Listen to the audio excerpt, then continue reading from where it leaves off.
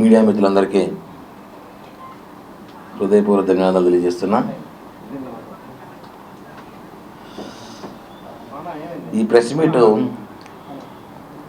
చాలా చాలా చాలా ఇంపార్టెంట్ ప్రెస్ మీట్. ఇది అంటే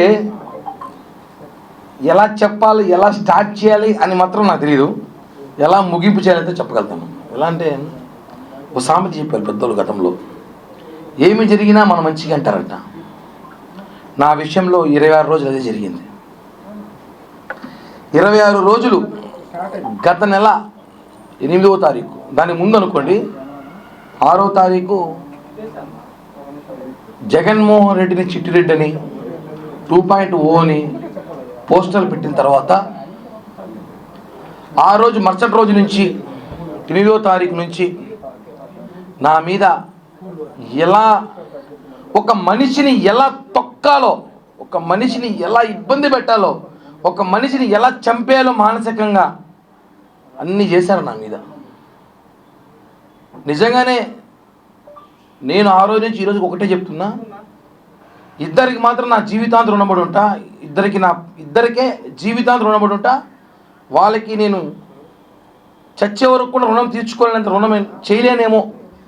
వాళ్ళిద్దరిలో ఒకరు వచ్చి మా అధినేత పవన్ కళ్యాణ్ గారు, తప్పు చేయలేదు వాడు, పక్కన పెట్టండి, విచారణ వివరణ కోరిన తర్వాత తీసుకుందామని చెప్పి పవన్ కళ్యాణ్ గారు ఆ రోజు, అంటే వాస్తవాలు తెలియాలి, ఒక ఆరోపణ వచ్చినప్పుడు ఆ ఆరోపణలు వాస్తవాలుగా తెలుసుకోవాలని చెప్పి పవన్ కళ్యాణ్ గారు నన్ను నమ్మారు. రెండోది మీరు మీడియా, నేను తప్పు చేశాను లేదు మీకు అందరికీ కూడా తెలుసు. మీరందరూ కూడా 20 సంవత్సరాలుగా చూస్తున్నారు ఈ తిరుపతిలో. మీడియా, పత్రికా విలేకరులు ప్రతి ఒక్కరికి కూడా పాదాభివందనాలు తెలియజేస్తున్నా, ఇంక్లూడింగ్ సాక్షితో సహా. ఎందుకంటే సాక్షిలో కూడా వాళ్ళ యాజమాన్య జీతం కోసం వాళ్ళు పనిచేస్తున్నారు పాపం, కానీ వాళ్ళు కూడా మిత్రులే. సాక్షిలో ఉన్న వాళ్ళు కూడా నాకు తెలిసిన వ్యక్తులు ఉన్నారు, నా శ్రేయోభిలాషులు. సాక్షి పేపర్లో కింద స్టాఫర్ నుంచి ఇన్ఛార్జీల వరకు నాకు తెలిసిన వాళ్ళు ఉన్నారు. 15 సంవత్సరాలు నాకంత మిత్రులే, కాబట్టి వాళ్ళకు కూడా కృతజ్ఞతలు తెలియజేస్తున్నా. అలాగే ప్రతి మీడియా కెమెరామ్యాన్, రిపోర్టర్లు, స్టాఫర్లు, ఇన్ఛార్జీలు, బ్యూరోలు, ప్రతి ఒక్కరికి నా పాదాభివందనం. ఎందుకంటే నన్ను నాతో పాటు ఉన్న వాళ్ళు నమ్మలేదు, కానీ మీరు నమ్మారు నన్ను. కిరణ్ తప్పు చేసినా లేదా మళ్ళీ మాట్లాడదాం. కిరణ్ తప్పు ఆరోపణలు మాత్రం వచ్చాయి, అవి వాస్తవాలా కాదా మళ్ళీ మాట్లాడదాం.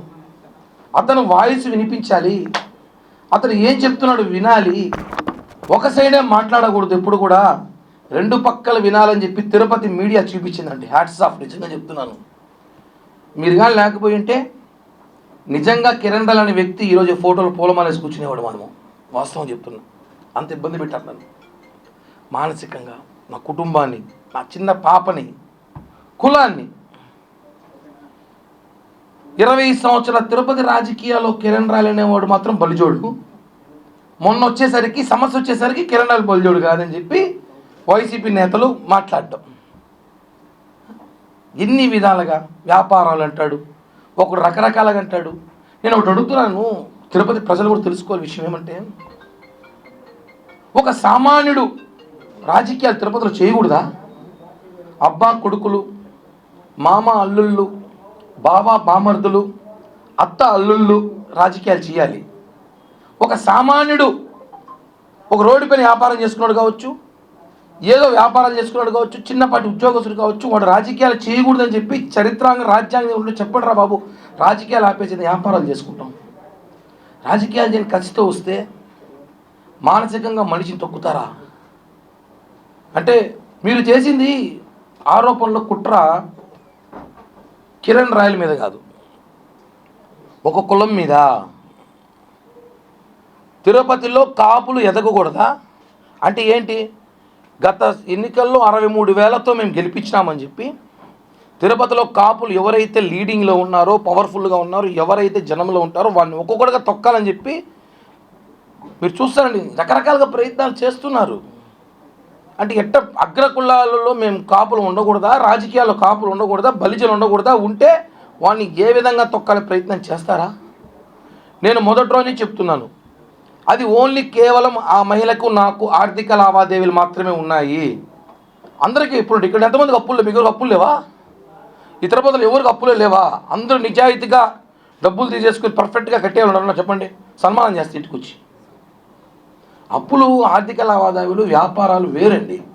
దాంట్లో ఉన్న లావాదేవీలు గొడవలు జరుగుతాయి, డబ్బులు తీసుకున్నప్పుడు జరుగుతారు. తీసుకున్నప్పుడు ఒకరోజు సమయానికి ఇవ్వలేకపోతాం, ఒక నెల ఇవ్వలేకపోతాం, ఒక సంవత్సరం ఇవ్వలేకపోతాం. అది ఆర్థిక లావాదేవీలు తీసుకొచ్చి ఆ మహిళని పాపం రాజకీయ నాయకులు వాడుకోవడం కరెక్ట్ కాదని మొదలే చెప్పాను నేను. ఒక అమ్మాయిని రాజకీయాలు లాక్కండి, అది ఆర్థిక లావాదేవీలు మేము సెట్ చేసుకుంటాం, మాట్లాడుతున్నారు, సెటిల్ అవుతుంది. అంతేగాని ఆమెను తీసుకొచ్చి నువ్వు ఇలా చెబితే మేము డబ్బులు నీకు ఇస్తాం, నువ్వు ఇలా కిరణ్ రాయల పైన మాట్లాడితే నీ ఆర్థిక ఇబ్బందులు తొలగిస్తాం, కిరణ్ రాయలు మానసికంగా ఏడిపిస్తే నీకు సెటిల్ చేస్తాం, నీ కొడుకు సెటిల్ చేస్తాం అని చెప్పి రాజకీయ ట్రాప్లో ఆమెను ఇరికించాను. గతంలో చెప్పా, ఇప్పుడు చెప్పా, ఇక చెప్పను కూడా, ఎందుకంటే ఆ ఇష్యూ క్లోజ్ అయిపోయింది కాబట్టి. తను ప్రెస్ మీట్ పెట్టి చెప్పడం, కోర్టులో కేసులను వాపస్ తీసేసుకోవడం, ఇవన్నీ కూడా చెప్తాను కదా. అందరూ ఉంటారు, ఇద్దరు చాలామంది రాత్రి నుంచి కడిగిన ముత్యం లాగా వచ్చావు, కడగిన ముత్యం లాగా. నేనైతే ముత్యమే, కడిగారు లేదో నాకు తెలీదు, నేనైతే ముత్యమే. ఒక మనిషిని నాశనం చేయడానికి సోషల్ మీడియా కూడా పనికొస్తుందని చెప్పి నాకు మొన్నే తెలిసింది. ఎంత దారుణమైన ట్రోలింగ్ చేశారంటే నన్ను, నా కుటుంబాన్ని, నాతో పాటు ఉన్న వాళ్ళని. నేను ఒకటే అంటున్నాను ఈరోజు ఈ ప్రెస్ మీట్ ద్వారా, బాధేసి చెప్తున్నా, మనసులో బాధతో చెప్తున్నా. 26 రోజులు నేను చాలా నేర్చుకున్నా. దయచేసి ఇంకెవరైనా జీవితంలో రాజకీయాలు చేయాలన్నా, వేరే వ్యాపారాలు చేయాలన్నా పక్కన వాళ్ళకి చెప్పకండి, అస్సలు నమ్మకండి. అందుకే నా పక్కన ఎవరు పెట్టుకోవాలి, ఈరోజు ఒకడే వచ్చా. నమ్మకండి, చెప్పకండి, తప్పు. ఎందుకంటే 26 రోజులు నేను చాలా తెలుసుకున్నా. మనిషి ఇబ్బందుల్లో, బాధల్లో ఉన్నప్పుడు ఇద్దరే నిలిచారు. నాకు చెప్పాను, ఒకటి పవన్ కళ్యాణ్ గారి ధైర్యం, 2 మీడియా, ఇంకా మహా అయితే కొంతమంది వేరే దేశాలలో ఉన్న జన సైనికులు రోజు ఫోన్లు చేసి అన్నా మేము ఉన్నాం భయపడకని అనేసి. అన్నా నేను కాదని చెప్పట్లేదు, ఇక్కడున్న కొంతమంది జనసేన ఉన్న అందరూ ఉన్నారు. అంటే ఒకరు వచ్చి చెప్పేస్తే దాన్ని నమ్మడం అంత ఈజీ కాదు, దాని వాస్తవాలు తెలుసుకోవాలి. ఒక అడ్వకేట్ ఎవరో ఉన్నాడు మొన్న, ఆయన ఈ ఇష్యూలో అతను ఒక అడ్వకేట్ లాంటి వాడు, అడ్వకేట్ అది కాదు, అతని పేరు కూడా నేను చెప్పను, ఉప్పల్ బాలంటాం మేమందరం. అతను ఇప్పుడు ఒక సమస్య వచ్చిందండి మనకి, ఆ సమస్య అడ్వకేట్కి చెప్పుకుంటాం, సార్ నాకు ఇలా మోసం జరిగింది, ఇలా నాకు అన్యాయం జరిగింది, నాకు డబ్బులు రావాలంటే తను ఏం చేయాలి, కోర్టులో పిటిషన్ వేయాలి, కోర్టులో వాదించాలి, సాక్షి టీవీ, సాక్షి పేపర్లో కాదు. తను ఏం చేశాడు, కిరణ్ రాయల పైన ఆరోపణలు ఉన్నప్పుడు నువ్వు ఆరోపణలు కోర్టులో చూపించు, అంతేగాని డిబేట్లు పెట్టి నీ పబ్లిసిటీ పిచ్చి కోసం నన్ను వాడుకోవడం కరెక్ట్ కాదు, నీ మీద కేసేస్తా, తిప్పిస్తా తిరుపతికి, ఛార్జీలు కూడా నేనే పెడతాను నీకు, అప్ అండ్ డౌన్ ఛార్జీలు కూడా తిప్పిస్తా, సాక్షి మీద కూడా కేసు వేస్తున్నా, చెప్పాను, ఆల్రెడీ చేశాను. ఒకటే అండి, ఒకరు వచ్చి మాట్లాడేస్తే మహిళ మాట్లాడేసింది అంతే, నమ్మేస్తారు జనం, అంతే వాస్తవం. ఆయన ఎందుకు మాట్లాడింది, ఎవరు మాట్లాడిచ్చారో తెలుసుకోలేకపోయారు జనం, అదే బాధ. ఆ మాటల్లో మాట్లాడే మాటలు నన్ను నిజంగా చెప్తున్నా, మొండి నా కొడుకు ఏమంటాను కానీ నిలబడ్డా. ఇంకోటైతే నా ప్లేస్ చచ్చిపోయింటాడు, కుటుంబం మొత్తం ఆత్మహత్య చచ్చిపోయింటుంది ఈరోజు. నేను చాలా గట్టిగా నిలబడ్డా, మీకు తెలీదు, కేవలం ఈ రోజు కోసమే. నా క్లీన్ చిట్తో నేను బయటికి రావాలని చెప్పి నిలబడ్డా. సమయం పట్టింది, ఎక్కువ రోజులు పట్టలేదు. తప్పులు ప్రపంచంలో కిరణ్ రాయలు తప్ప ఇంకెవడో తప్పు చేసే లేడయ్యా. నా గురించే దేశమంతా మాట్లాడుకుంది, కరెక్ట్ కాదండి. వాస్తవాలు తెలుసుకోండి, ఏం జరుగుతుందో ఏంటో. ఆవేశంలో ఆవిడ కూడా నా మీద చాలా మాట్లాడింది, నేను కూడా చాలా మాట్లాడా. అవన్నీ ఒక స్టాండర్డ్ కూర్చొని పోతా ఉంటాయి, కోపంలో రకరకాల మాట్లాడుతుంటారు, అన్నీ కామన్. అవి ఆర్థిక లావాదేవీలు గతం నుంచి ఎన్నోసారి చెప్పా, దాని మీద రాజకీయ చేయొద్దనేసి. బాధాకరం వేస్తుందన్న, కంట్రోల్లో ఉన్నాను, లేకపోతే చెరువు అయిపోయేది కన్నీళ్ళతో. చాలా కంట్రోల్గా ఉన్నా, చాలా కంట్రోల్గా ఉన్నా. మా నాయకుడే మాకు ఇన్స్పిరేషన్. తప్పు జరిగి దాన్ని ఆన్సర్ వచ్చేలోపు నానా బీభత్సం చేసి 25 రోజులు 26 రోజులు అయింది నా ఇంట్లో సభ్యులు బయటకు వచ్చి. నిన్నటి దాకా కూడా బయటికి రాలా. అంటే తప్పు గురించి కాదు కానీ ప్యాంట్లు చూపించిన వాళ్ళు బాగుంటారు,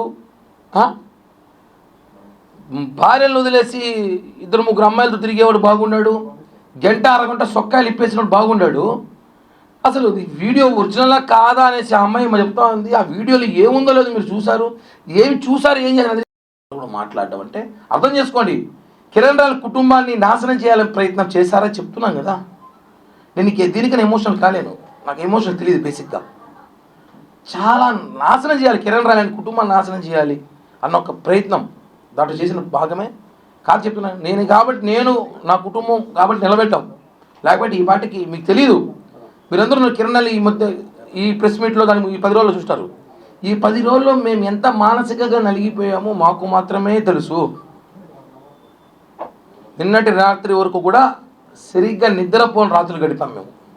అంటే అన్న, అప్పు వేరు, మర్డర్ వేరు, జైలుకి వేరు. ఆరోపణ చాలా కష్టం, నిందలు భరించలేము. తిరుపతి తొట్టుంది, ఎక్కడ చూసినా నా గురించి డిస్కషన్ అంట. ఎవడు ఫోన్ చేసినాడు, వేరే సమస్యలు లేవు పాపం. ఎవడు అప్పులు చేసుకోడు, ఎవడు అందరూ చాలా చాలా పద్ధతిగా బాగా పద్ధతిగా బతుకుతున్నారు అందరూ. నా గురించి మాట్లాడాలి అందరూ కూడా. అన్ని విషయాలు బయటకు వస్తాయి. నేను కూడా సమయం సందర్భం చూసి మాట్లాడతాను అంతే.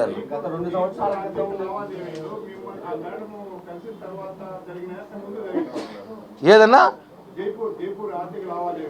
అన్న 2015 నుంచి 2019 దాకా జరిగిన లావాదేవీలు అవన్నీ. జైపూర్ ఇష్యూ 2021 కేసు అది మాకు సంబంధం లేదు. అది మాకు సంబంధం లేదు.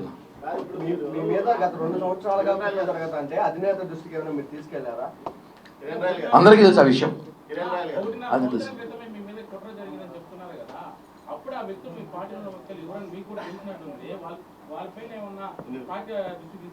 అలా ఇప్పుడు నేను నీ పేరు చెప్తే అంటే నమ్మరు కదా, బయటకు వచ్చాక నమ్ముతారు. ఇప్పుడు నమ్ముతారు.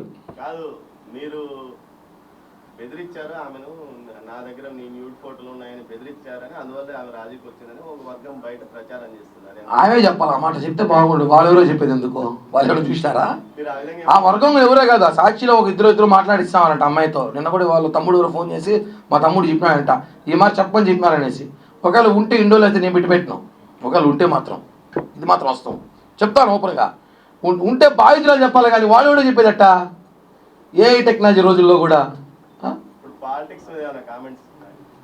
ఏమున్నాయన్న పాలిటిక్స్ ఏమి లేవు. తాజా జగన్ మామ ఏదో అన్నాడు, దాని మీద కామెంట్ చేసే అవసరం ఉంది. ఎందుకంటే ఆయన జగన్ నిన్న ఆయన మాట్లాడుతూ చూసా కామెంటు, ఆయన లోకల్ ఖైదీకి ఎక్కువ, ఇంటర్నేషనల్ ఖైదీకి తక్కువ, మధ్యలో ఉన్న ఖైదీ. ఆయనకు ఒకటే చెప్తున్నా, చెస్ ఉంటుంది కదా చదరంగం గేము, స్టార్టింగే రాజు చిక్కు పెట్టినప్పుడు ఎలుకలు ఏనుగులు సిపాయిలు అంతా పక్కకి తట్టి మళ్ళీ రాజు దగ్గరికి వెళ్తాం. ఇప్పుడు అందరూ ఆ పనిలో ఉన్నాం మేము. నీ దగ్గరికి వస్తాం, నీకు పెడతాం ఖచ్చితంగా. థ్యాంక్ యూ అన్న. జై హింద్.